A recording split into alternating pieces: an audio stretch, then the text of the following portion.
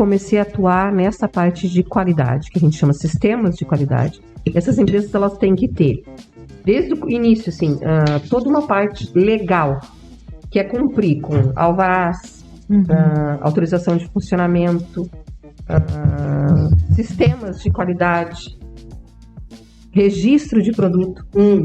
E aí eu fui atuando nisso, e aí fui o quê? Acumulando muitas atividades, porque assim, ó, dentro dessas empresas tem os donos, e depois tem duas pessoinhas que a gente põe no organograma.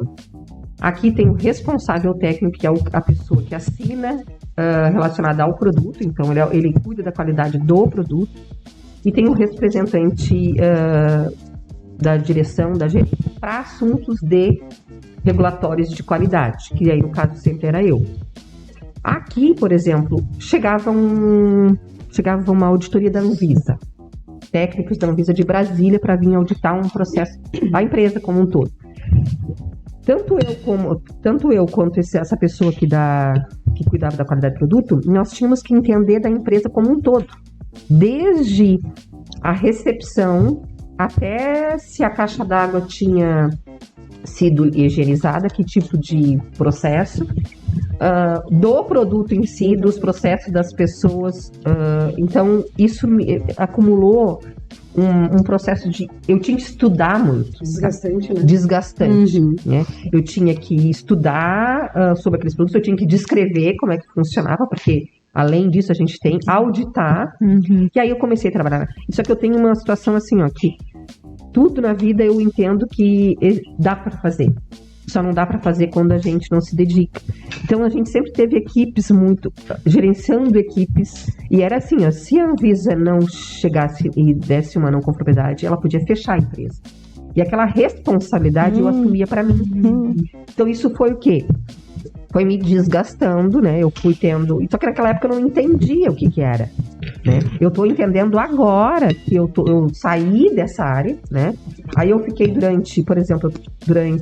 2005 até 2 anos atrás. Bastante tempo, né? Trabalhando, saindo de uma empresa para outra, sempre os meus projetos. Aí a gente vê assim, mas uma pessoa que trabalhou e tá pulando de empresa é ruim? Hoje não.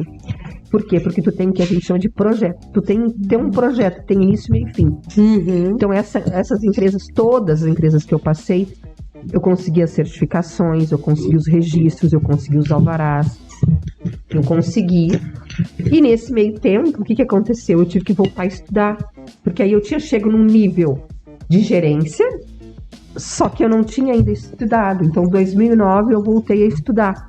Aí tu imagina, cuidar de uma certificação, né, de empresas, a responsabilidade era muito grande, e ainda chegar em casa, cuidar do marido, da filha, dos irmãos, que daí, como o Charles falou, sempre tentando ajudar todo mundo, né, da casa em si, né, faculdade, porque eu fiz administração aí durante 6 anos, numa faculdade perto de casa.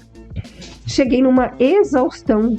Mas a casa em si, né, entendeu? que a gente... Aí chegou um ponto em que eu comecei, a pandemia, o que aconteceu? Aí deu o quê? Onde que eu descobri? Começou a pressão alta. Começou a ansiedade. Que aí o corpo grita, né? Ele pede socorro, a psoríase. Né? Entendeu? Ansiedade. Porque eu já, né? Aí eu cheguei a um ponto, eu disse assim... Aí meu último gestor, nesse processo da pandemia, eu tinha entrado nessa questão da pressão alta e ele tinha que me mandar para casa. Ele me demitiu. Eu disse assim, eu cheguei pra minha filha e disse assim, filha, vamos conversar. Tu sabe que a mãe tem um sonho de voltar lá pra fora, né? O que tu acha de a gente, neste momento, a mãe pegar o dinheiro que a mãe tem agora, né? E mudar de vida? Aí eu fiz essa conversa com ela, né? Eu disse assim, tu fica aqui, tem apartamento, né? Tu tem onde morar, tu já tá na faculdade, o teu pai, vamos chamar teu pai de volta aqui nesse processo todo.